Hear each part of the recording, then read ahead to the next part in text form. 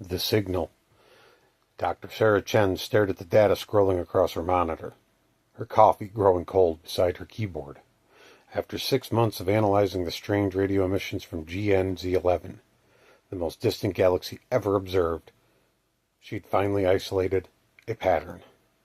Not random cosmic noise, but a signal that was precise, repeating, and ancient. The light reaching her telescope had traveled 13.4 billion years, meaning she was looking at radiation from nearly the beginning of time itself. But that wasn't what made her hands tremble as she reviewed the findings. The signal's frequency exactly matched the resonant frequency of human DNA. "Marcus, you need to see this," she called to her research partner. Dr. Marcus Webb crossed their private observatory, his tall frame casting long shadows in the dim light. He'd always been the skeptic of their duo, but even he fell silent as she showed him the correlation. "It's not just matching our DNA," she explained, pulling up more data. "It's speaking to it. Look at the patterns. They're like activating codes, targeting specific genetic sequences." "But that would mean," he trailed off. "Someone engineered us," Sarah finished. "Or something. And they left instructions buried in our genes, waiting for this signal." 3 weeks later, the first cases appeared. Initially, the media called it a new form of porphyria. But it's a sensitivity to moonlight that caused severe physical reactions. But Sarah knew better. The ancient signal was still hitting Earth, stronger every night, triggering something that had laid dormant in human genetics since the dawn of our species. The first hint of this was more than a disease. It came from the blood work. Affected individuals showed impossible changes in their genetic structure, deep in their DNA. It was literally rewriting itself in real time. Conservative estimates suggest 0.01% of the global population was affected, roughly 780,000 people. But that number was growing. The first full transformation she witnessed was Marcus. They'd been working late, analyzing blood samples from affected patients. When moonlight flooded the observatory through the dome, he collapsed, crying out in agony.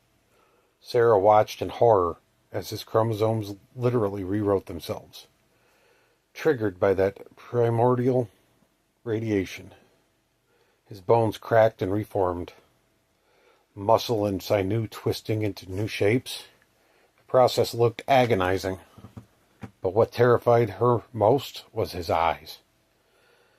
How they showed no pain, only an ancient hunger awakening. The security footage showed everything. The way his spine elongated, vertebrae pushing through skin before being covered by coarse, dark fur. How his face distorted, jaw extending, teeth lengthening into fangs. Most disturbing was how perfect it all seemed, but not.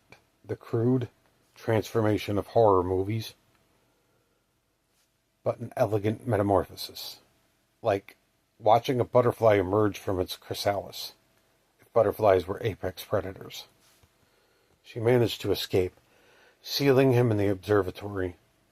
By morning, he had no memory of the night, but the blood under his fingernails and the ravaged deer carcass found 2 miles away told their own story. That was 2 months ago. Now every full moon brings new transformations across the globe. The signal grows stronger, activating more human DNA with each passing night. Military response proved futile. How do you fight an enemy that's your own citizens 27 days out of the month? The transformation seemed to share some kind of collective intelligence, coordinating their hunts with terrifying efficiency. Governments began constructing secure facilities to house people during transformations, but it was a stopgap measure at best. The changed ones were growing stronger, more resistant to sedation, and worse, some were starting to remember their transformed state, speaking of memories that couldn't be their own, a hunting ground on worlds that died before Earth was born. Some theorize it's an ancient weapon, designed to transform one species into another. Others believe it's a message from the universe's first intelligent life, reshaping humanity for some unknown purpose. Religious groups claim it's divine punishment, while conspiracy theorists insist it's all a government experiment gone wrong. Sarah works desperately to decode more of the signal, searching for a way to stop the transformations. She's established that the signal isn't just a trigger, but it's more like a key, unlocking something that was always meant to be there. Human beings, she's discovered, are impossibly perfect vessels for this change. Too perfect to be natural. Evolution.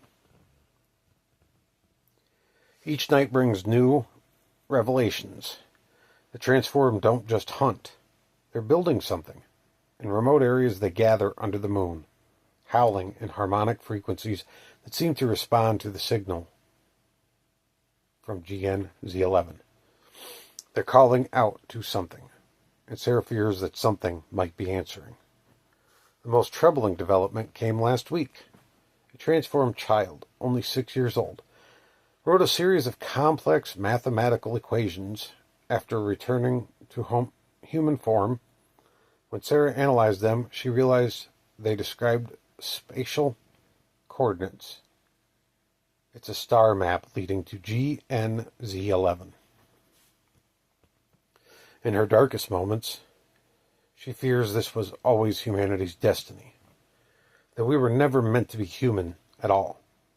We were just larvae, waiting for the signal to trigger our metamorphosis into something older than our planet, something that hunted in the dark long before Earth existed. Every night, she locks herself in her reinforced lab, studying the signal while listening to distant howls echo across the city. She's close to understanding the full message hidden in the ancient transmission, but as the moon rises and she feels the first tingling in her DNA, she worries she's running out of time. Because the signal isn't just transforming us, it's calling us home. And as she stares at her reflection in the lab window, watching her pupils elongate and her teeth begin to sharpen, Sarah realizes she's no longer sure she wants to stop it. After all, larvae aren't supposed to stay larvae forever. The last thing she writes in her journal, just as the moonlight touches her skin, is a single question. What if we were never the apex species we thought we were? What if we were just the cocoons? Part 2, Emergence. The video logs of Dr. Sarah Chen were recovered 3 months after her transformation.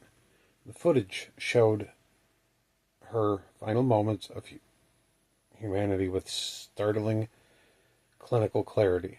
Her hands were steady even as the dark fur began to sprout from her skin. Her voice calm as she documented the changes overtaking her body.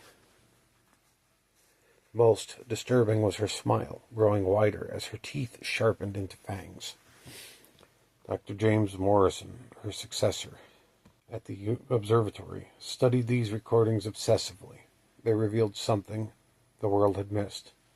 The transformed weren't just acting on animal instinct. They were following a precise plan encoded in that ancient signal. A plan written in the language of DNA itself. The complex mathematical equations left behind by transformed children appeared worldwide, each one adding another piece to the star map.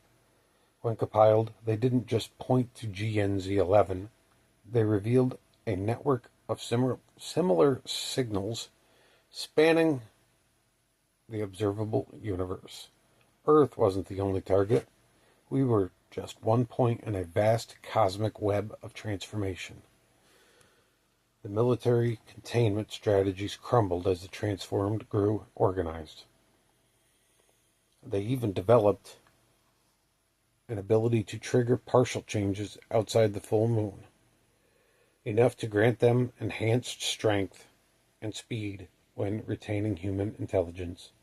Some began to speak of shared memories that spanned galaxies, of a civilization that seeded countless worlds with their genetic templates.